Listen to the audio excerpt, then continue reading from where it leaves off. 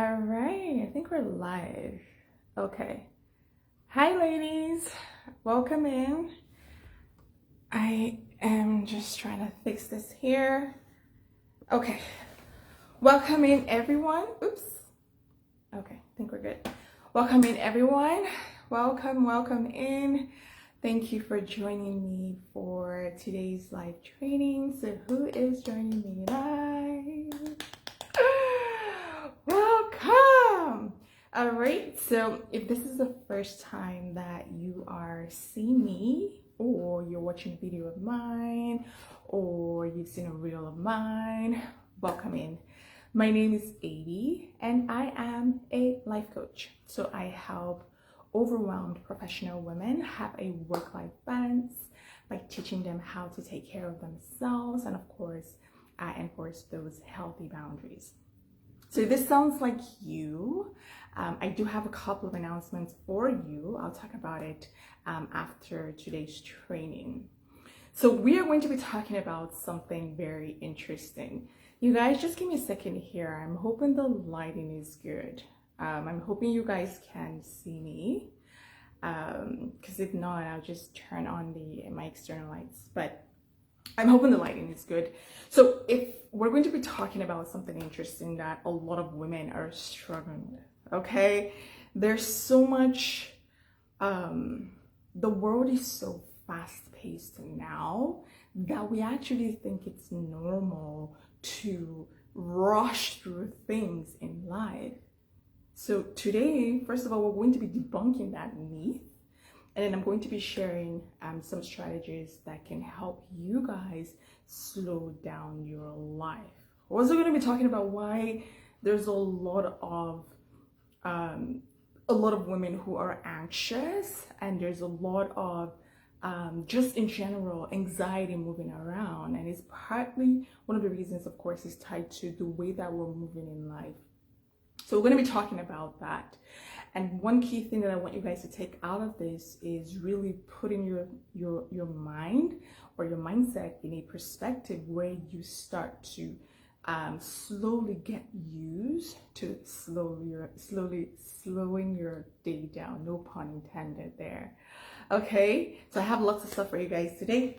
So welcome in. I'm just going to give the couple of ladies to join in, and we will get started.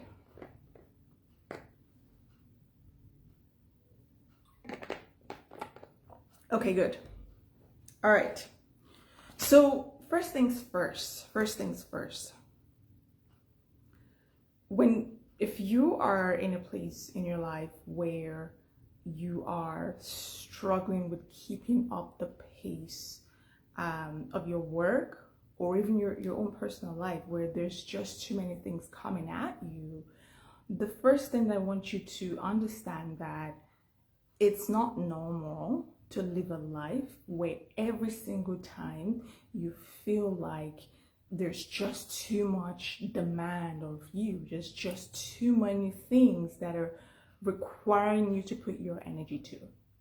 The feeling of that is not normal. And oftentimes when women are, just because of the way our physical body has been designed, oftentimes when we are in those types of situations, it triggers us into a state of fight or flight.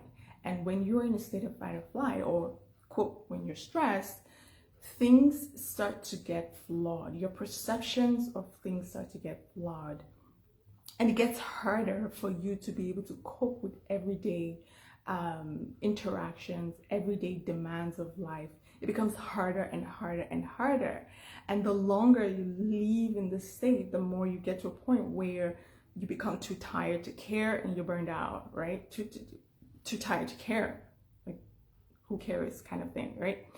And if you don't tackle this, you're not just destroying your health and your well-being, but your quality of life is going to drop.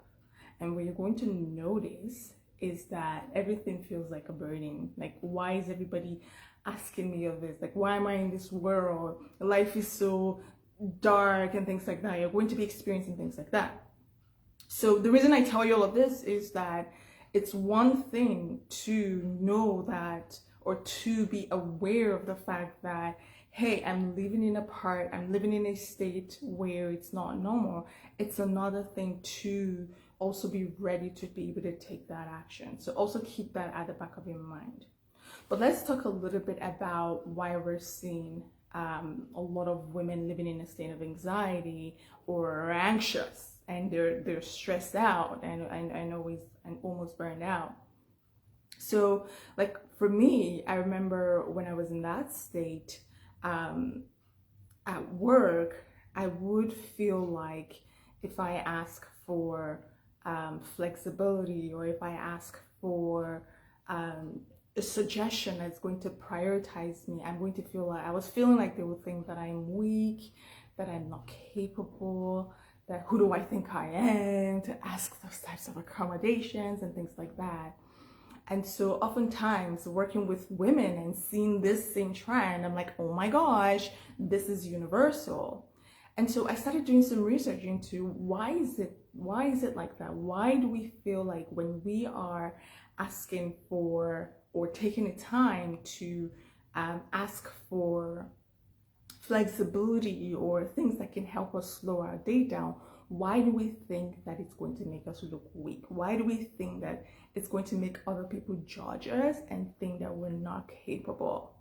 Why is that? Why are women thinking like that? And one of the reasons that I've noticed this happened to me, and I've seen in other women's lives that I've worked with, one of the reasons is because of the messaging that was told to us before we got into the workplace. So, with the way feminism has come around, which I'm grateful for, but there's been some interpretations of the fact that, when you are at work, you have to, be a boss babe, and you have to, work twice as hard just so that you can earn your keep or earn your place. And the thing about being in that kind of mindset is that even when it's not required, you're going to be dialing up your engine. What do I mean by that? You're going to be putting in 150%, even when it's not required. And when you're in that place where you're putting in 150%, you cannot be in a position to slow down, because it's like on to the next one, on to the next one, on to the next one. Like I experienced this very recently, where I was having one of those days. Where I was just having back to back meeting. My calendar was full for that day.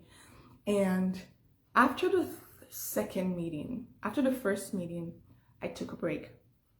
After the second meeting, something made me sit there, and I didn't take a break because I was so engrossed in what I was doing.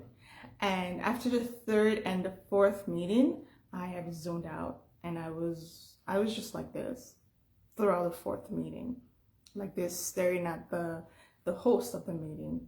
They would ask me a question, I wouldn't respond, because my brain was fried. And when I got home, I was like, what happened, maybe? Because typically we take breaks, right? Like we take breaks because I understand what's gonna happen when we don't do it, especially women, when we don't do it. And it took me back to those years where I was in that state of mind. I forgot, but it took me back to those years where, I didn't want to get up and, say, oh, give me a second, let me go stretch my legs and come back. And when I think about it now, I was wondering, was I trying to prove anything? I mean, I don't think so, but it was interesting that in the fourth meeting, my buddy was like, get up from this meeting and go stretch your legs. And I think at that point, I was so tired, I couldn't even get up, because it wasn't about proving myself. I wasn't really in that state of mind, but I was so tired that I couldn't get up. And I think in the third meeting, I didn't get up, perhaps because I didn't want to feel like, I was, trying to ask for accommodation and, people judging and whatnot. But it humbled me, and it made me realize something, because in the first and the second meeting, I was able to get up and take a break, or in the first meeting, sorry, I was able to take a break because I was in a healthy state. I was rested, my energy was high.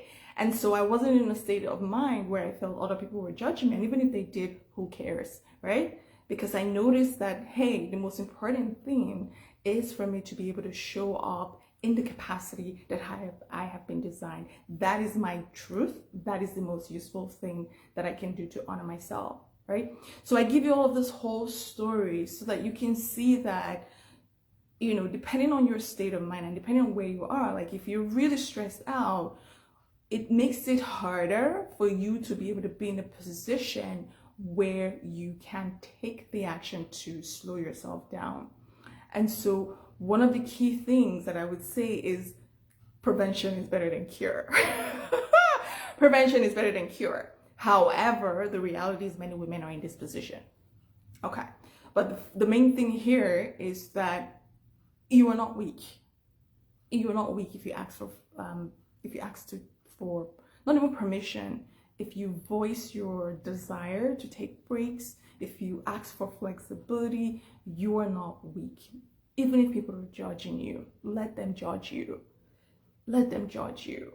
I know it's very hard to feel like you're being judged in the workplace, but let them judge you. You know why?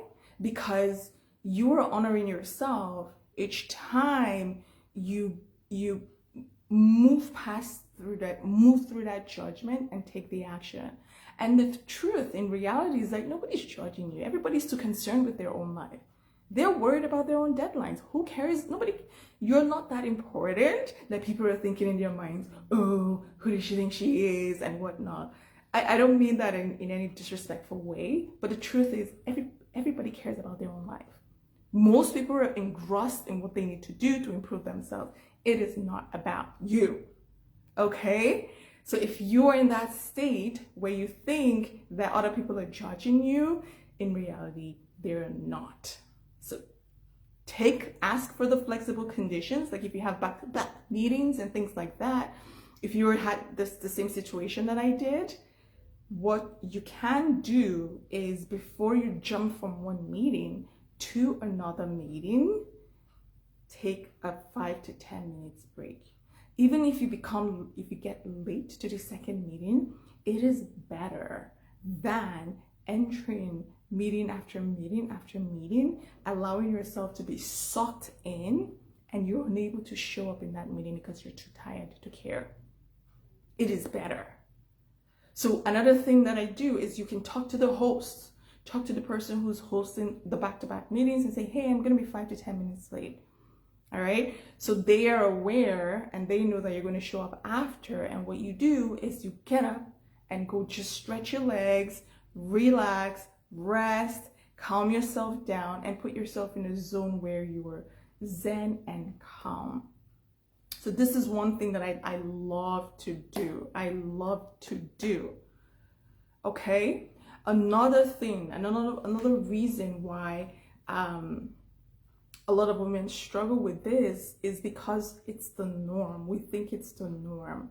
So let me explain to you guys what tends to happen when you continuously do something in a way where it becomes normal. So because of the hustle and the grind and the, you have to be a boss babe and things like that, it's great. Like, don't get me wrong. I know I talk about a boss babe all the time. If you're a boss babe, good for you. Okay. It's great to be a boss babe, but don't be a boss babe at the detriment of your health and your well-being. This is important. And so one of the things or one of the byproducts of being or living in that hustle, bustle type of mindset is that your nervous system does not know how to calm down. It always thinks that, it has to defend against this. It thinks that you need to hurry. That's why sometimes when you go to a place where nobody's hurrying, you start feeling agitated and anxious because it's like, why are things not moving too fast? They're too slow. What's happening in your body is that it's used to fast things. And so when you get to situations where you need to slow down, it does not know how to. Literally. Now you're going to have to teach it how to slow down. I remember traveling with some of my family, and we were going to the train station to take a train to the next stop. And I was just like strolling around and just doing my own thing. And they look back at me and they turn and they say, "We're gonna be late! Like, hurry up, hurry up, hurry up!" And I'm like, "Why?" And they're like, "Well, we're gonna be late." I said, "So?" And they're like, "We can't be late." And I'm like, "Why can't we be late? It's not like we're going anywhere." Like, we're literally going to sightsee. What is the big deal if we're late to sightseeing?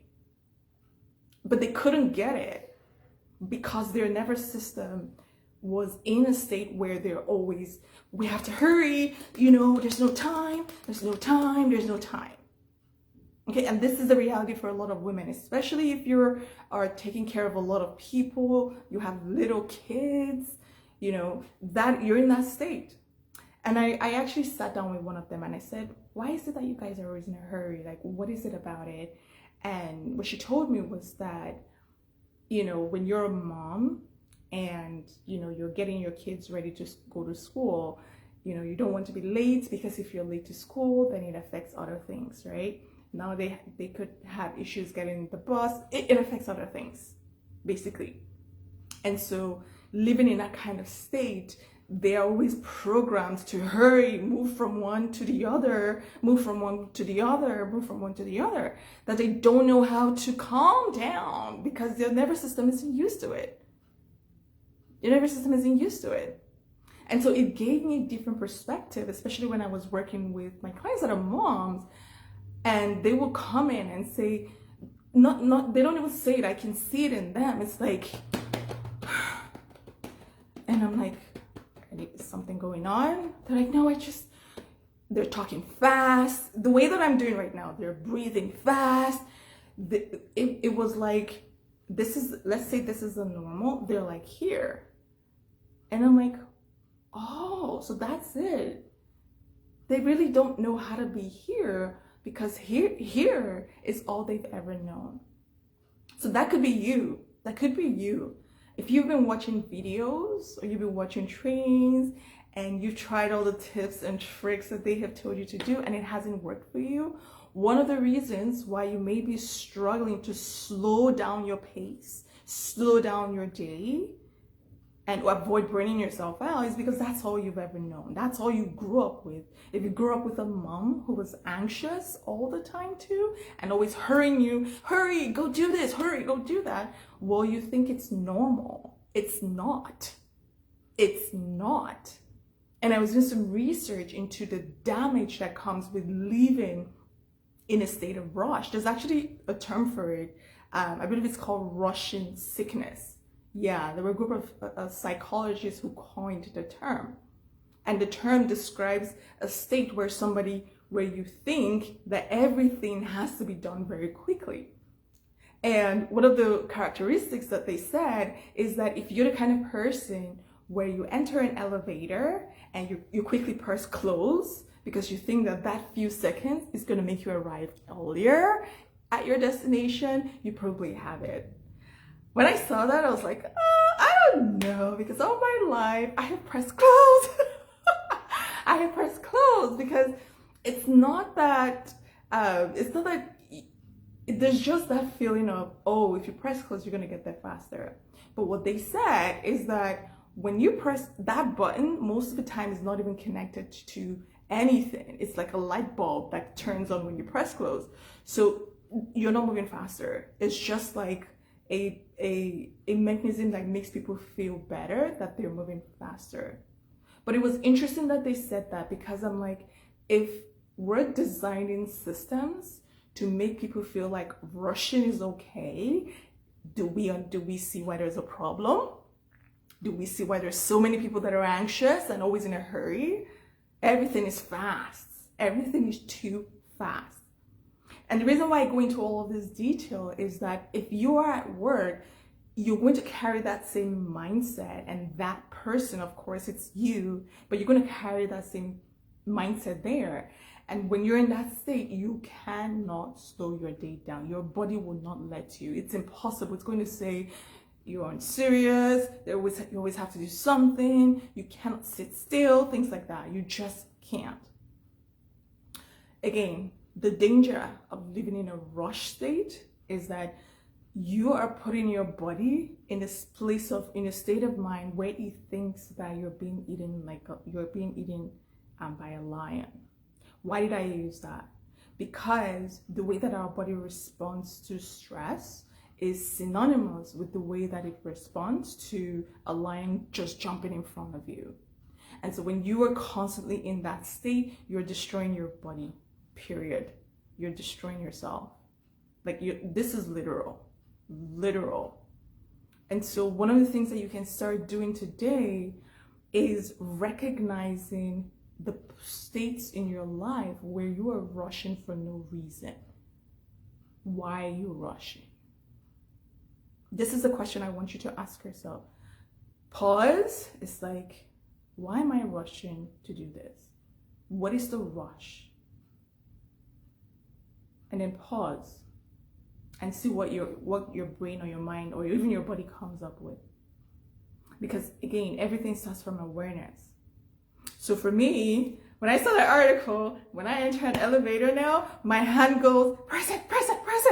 I'm like, okay, Amy, fine. Will not press the button, fine, right? But I noticed, I became aware, and I'm like, hey, this is something I've always done. So now that I'm now aware, I'm like, why am I pressing this button for 2 seconds? Like it's gonna make a difference, right? So this is something that you can start doing. It will really change the game for you. It will really draw your awareness into the situations where you tend to rush when there's no need. Ladies, let me tell you a secret. Unless it's a matter of life and death, there's no reason to rush in life. Unless it's a matter of life and death. That's how your body was created, so that you can survive when it's a matter of life and death. Like, for example, if a lion is jumping in front of you, that's a matter of life and death. In that case, rush, run away.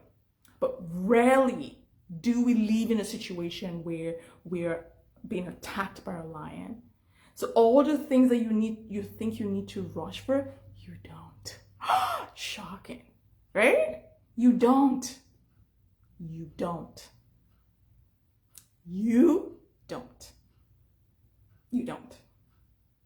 And this is a filter that I use in my life. I've taught it to my clients is gauge the situation. Is it a matter of life and death? If it's not a matter of life and death, it's not worth triggering my body into a state of fight or flight, period. If it's the fact that I'm going to miss a train, miss the train, take the next one. Okay, evaluate what is the impact of me not getting or doing this specific thing in a rush. If it does not affect your physical, mental, financial, emotional, if it does not increase them, let it go. Let the thing go.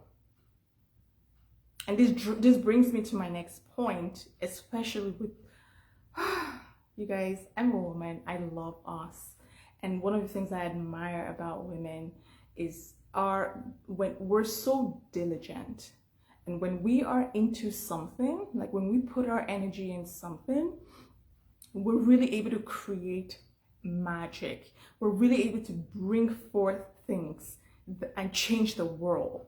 But this same ability works against us. How? In the workplace, there's certain situations where it's beyond your control. A lot of situations are beyond our control. But what I noticed, and I used to do this, so I can talk about it. What I've noticed is that when women are in those situations, they're so afraid because they have no control. And they're so afraid to do what I call rock the boat. How does this play out? Let's say, for example, you're working on a project with somebody, okay? You're doing your part. You're doing your part. The other person is not doing their part. All of a sudden, the person who assigned the project to two of you comes in and says, we have to rush now. Oh my gosh, we have to finish everything. You have been doing your own part slowly and whatnot. All of a sudden now you're being rushed, and then the other person who was not doing their part now expects you to rush and do their own part. And then rather than you speaking up and just maintaining your lane and continue moving at your own speed, what I've noticed is that many women are afraid to rock the boat in that situation and speak up and say, hey, that doesn't work for me. So what tends to happen is they then trigger themselves into stress, trying to support and pick up the slack after other people. And that affects the way that we are showing up. That affects our own day. And so if you are that kind of person, what you're going to notice is you're going to be taking on more and more responsibility, clogging your day, and you're going to always feel rushed because you don't feel like, or you don't have the courage to be able to take a step back and say, no, this is too much for me. No, if I do this, it's going to burn me out. No, I'm not able to do this right now. Right? This is part of setting boundaries, but we're just going a little bit deeper here. So if this is you and if this is something that you're struggling with, one thing that can help you is in that situation where you know that taking on something is going to be too much for you, in that moment, I want you to pause for like 5 seconds. Pause, breathe, and ask yourself, what can I do? The action that I'm about to take, is it going to honor me? So for example, the situation that I just gave, what you can do is when that person says, we have to rush now. No. Pause and say, is the action I'm about to take going to honor me? Is it going to add into my physical, emotional, psychological well-being? Okay, no. Okay, but I feel fearful about speaking up right now. What can I do? That split second where you're pausing, you're going to start getting ideas on how you can express yourself better so that you can communicate the way that you truly feel without fearing that people will judge you. I know this is scary. I've been there, but let me tell you this, it comes with practice. Because in that moment where you're pausing and you're talking to yourself and you're like, is this going to honor me right now? Your body's going to give you the answer that you need. It knows what you need. Your body's likely going to tell you, girl, no, this is not going to favor us. Ask for more time, or tell them you've been working on your part and you're going to need more time so that you don't ruin the quality of the work that you've been working so hard to do. You're going to get ideas and better ways to be able to handle that situation. Okay, so let me pause here, take a break. How are we enjoying the training so live? Oh, my notes are here, by the way. How are we enjoying the training so much? So far, I mean. Okay, good. All right. So the next final thing, because I had a couple of things I wanted to talk to you guys about. So the final thing that I wanted to say was, we've talked about, the inability to speak. We've talked about when you're carrying too many responsibilities. We've talked about inability to rock the boat. Another thing that I would say is that if you notice that you're surrounded by people who are always rushing, and you're surrounded by friends, family, coworkers who think that always being in a rush is like the best thing to do. It's like, it feels them on a high and whatnot. If that's you, this is something that could stop you from being able to slow down, because we are influenced by the people around us. So what do you do about that? What can you do about that? So let me give you an example. If you're in a kind of family where the women are always constantly in hustle and bustle mode, what you can do is when you are around them, when you're around them, take breaks so that you can connect with you.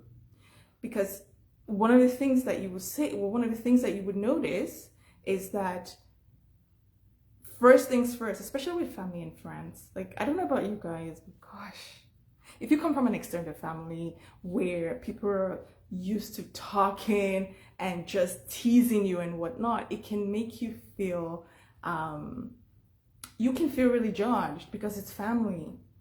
It's harder on us when our family members are judging us than strangers. It's harder on us, so it can make it hard. I know, I've experienced it.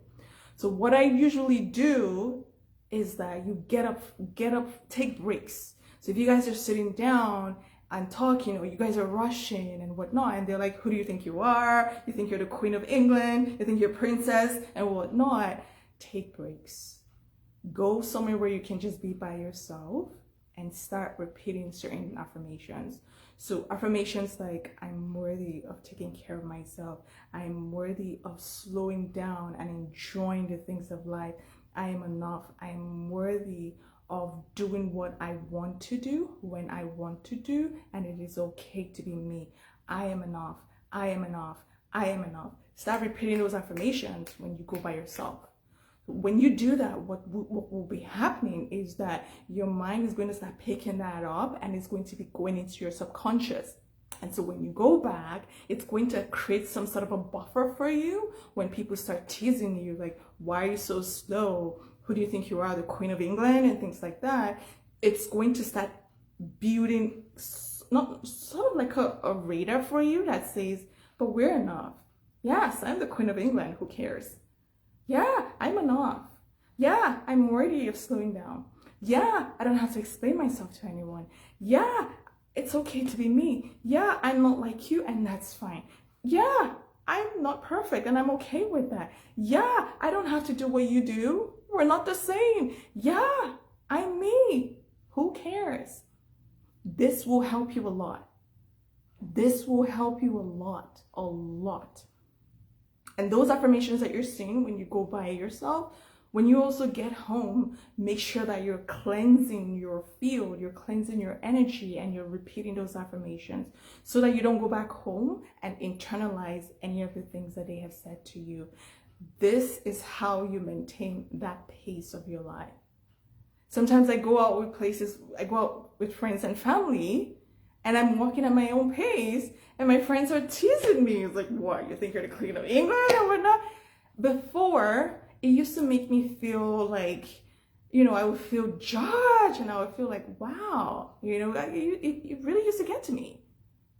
And then I started doing all of these things, and now when they say it, I'm like, yeah, of course. Or I laugh, we'll joke about it, and we move on. But I still keep my own pace. But I still don't rush through. I don't rush through things unless it's a matter of life and death. Remember that. And what you would notice is people will get used to you. They'll slow down for you. They'll slow down to your pace because we mirror each other. And when you don't budge, when you maintain your space, people will accept it, and they'll say, oh, that's how she is. That's who she is. That's who she is. But the most important thing is that they will get used to you moving at a pace where it's healthy for you to function. Fast pace, rushing through life is not normal. It is not. It is absolutely not normal. Okay? So those were the 3 things that I wanted you guys to take out of this, because I know a lot of us come from families where we see and experience these things, and it's easier said than done when you're by yourself. Okay, but I hope this helps you guys.